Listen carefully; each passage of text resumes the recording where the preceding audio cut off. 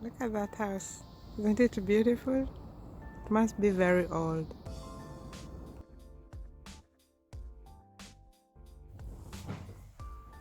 Hey, welcome to Irene Bisasso Hoemnetwork. I'm Irene, and for you, my friends, you are wondering, I cut my hair. This is my new hair, which I cut yesterday. I just got my scissor and I cut it. Anyway, it's not about my hair. For you who are new to our channel, thank you for joining us, and I talk about different things in Norway. And today I want to talk about renting a place to stay. I got a question about that very question, and if you've seen the video I made about the cost of living in Norway, but then I got a question here, and these are my tips, because I know it's difficult getting a place to stay as a foreigner, because myself, I remember when I stayed at the student village and then we had to move to go to the private market. It wasn't easy. And I remember one time we went to what we call visiting, where like they are going to show off the house, and the line was so long. It were like maybe 150 people checking. So one of the tips is that mind about what time you are looking for the apartment, because if, for example, I stay in Trondheim, if, for example, you check the houses when students are back, the chances are it's gonna be a little bit difficult. That is June, July, August. The students are looking for apartments, and the line is gonna be many people. So try to check that one. And then there's what we call adverts. When you check on fin.no, I made a video where you can find, and then there's also hebel.no, I'll write it there. You can check daily. And what you can do is that you can put in your own advert. That means there's, in Norwegian, there's what, when you check under fin.no, there's what is written as onske that, which means that I'm looking for apartment.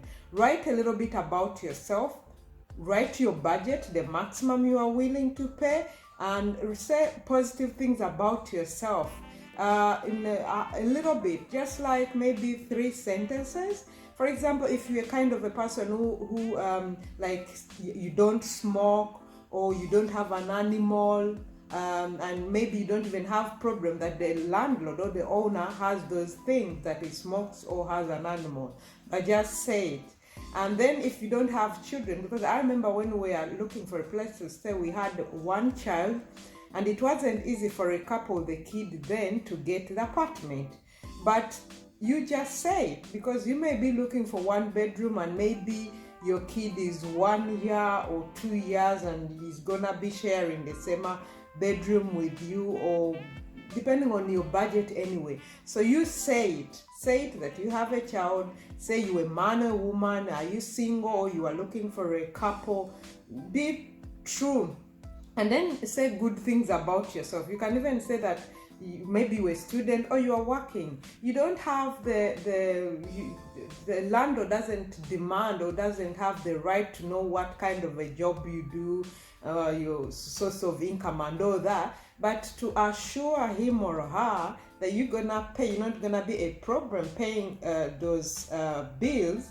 Assure her that you are good at paying, and if you have a reference from where you stayed, if it was good, if you had a good relationship with that, you paid in time and you didn't have any conflict, write it as a reference, the way you write your CV. And don't and inform the other person that I'm looking for a place to stay, and I'm giving you as yes, so that if she or he is called, she knows at least to give in good words. And if the relationship wasn't good, then don't mention it, don't give it.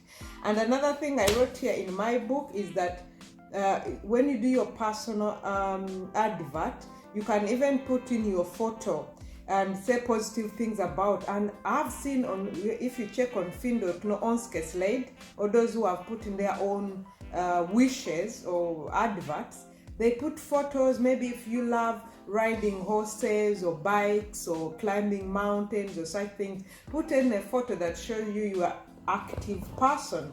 And another thing I can say is that when you are good at, for example, you're gonna help the person who's going to help to remove the snow, you can help in the garden, like cut the grass, or you could a person who loves walking dogs, if you are willing. But be honest, don't say that because you want to get an apartment, and once you get it, you find out that you can't do these things. So you say to that sometimes you're a person who can help.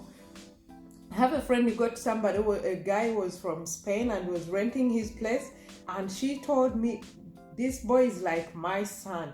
The boy was so good to help with the removing the snow, was helping to the extent that the woman never wanted her to leave the place, and the guy has lived there for almost 4 years. So if you are that kind of a person who is willing to help, say it.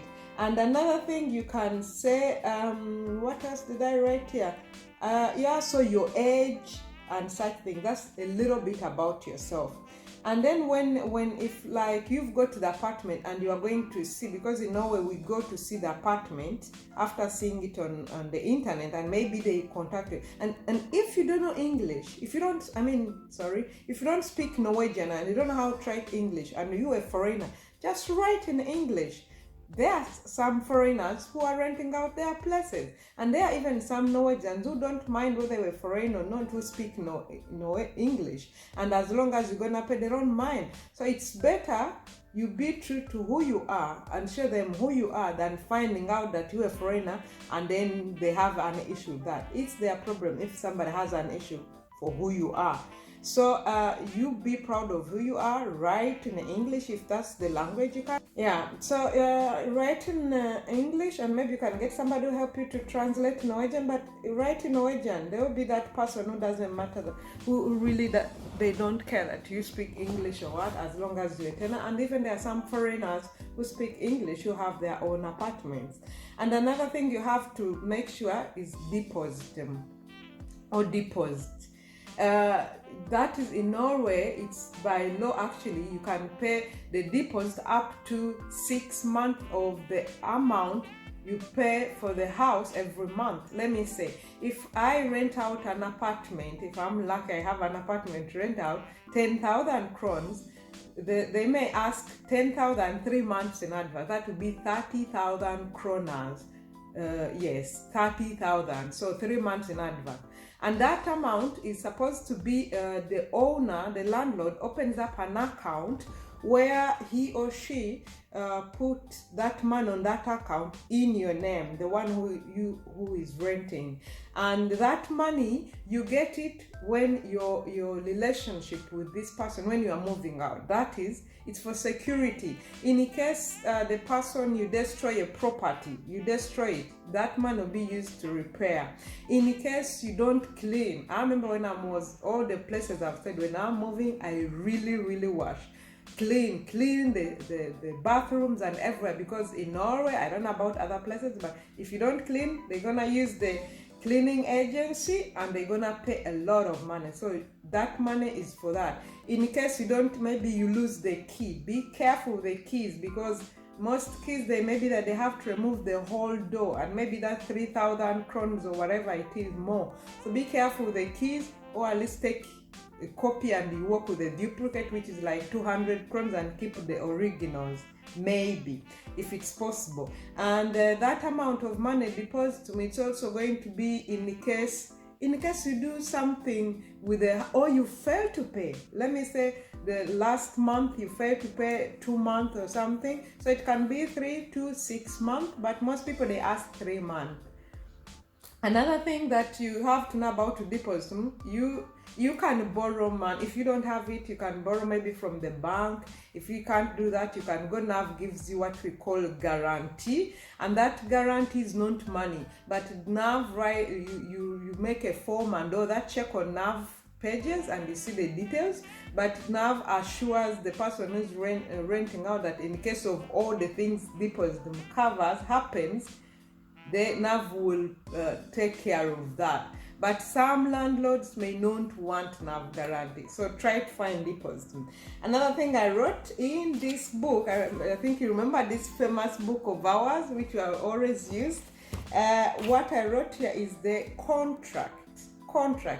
Whether it's your friend, whether it's your relative, or however nice the person renting out is, make sure you write the contract. And you can get the contract, you can just Google it and you find the Husleie contract, Ponoshk Husleie contract. That's a house contract in Norwegian, because there are rules, you know, and how things are going to be, because you may have a conflict or something may happen, and what is not stipulated in the contract may cause a conflict or trouble. So make sure you have deposit, make sure you have a house contract. Go for visning. Visning is to see the house, and when you go with your friend. You can go with a friend or your partner, and look presentable. In Norway, luckily enough, we don't overdress. We just put on simple things, and it doesn't really matter. So you go presentable, and the reference, I talked about it. Make your own announcement, and good luck. Yes, good luck to getting your new apartment, renting out. I'll make another video about maybe buying an apartment or house, and maybe when you're moving out, the things you have to look out for. And trust you me, don't give up. It may be difficult, but you get a place to stay. And if you're new to our channel, please subscribe and leave a comment, and I'll come back to you. Bye, take care.